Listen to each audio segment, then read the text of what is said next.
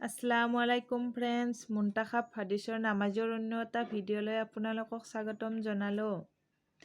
হজৰত আব্দুল্লাহ ইবনে উমৰ ৰাজিয়াল্লাহ তাআলা আনহুৱে বৰ্ণনা কৰিছে যে জিব্ৰাইল আলাইহিছ ছালামে এজন অচিনাকি মানুহৰ বেশত আহি ৰাছূলুল্লাহ সাল্লাল্লাহু আলাইহি ওয়াসাল্লামৰ ওচৰত প্ৰশ্ন কৰিলে ইছলাম সম্পৰ্কে।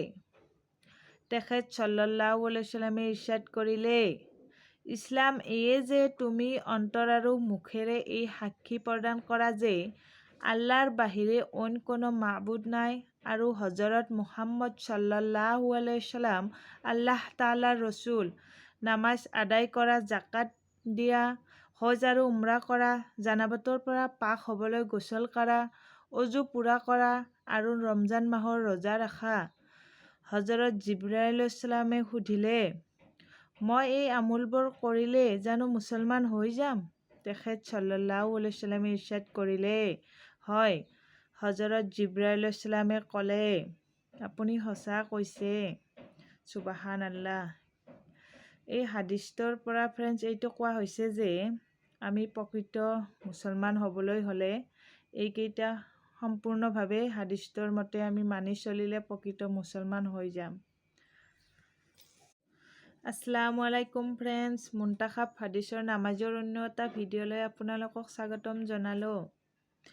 হজৰত আব্দুল্লাহ ইবনে উমৰ ৰাজিয়াল্লাহ তাআলা আনহুৱে বৰ্ণনা কৰিছে যে জিব্ৰাইল আলাইহিছ ছালামে এজন অচিনাকি মানুহৰ বেশত আহি ৰাছূলুল্লাহ সাল্লাল্লাহু আলাইহি ওয়াসাল্লামৰ ওচৰত প্ৰশ্ন কৰিলে ইছলাম সম্পৰ্কে।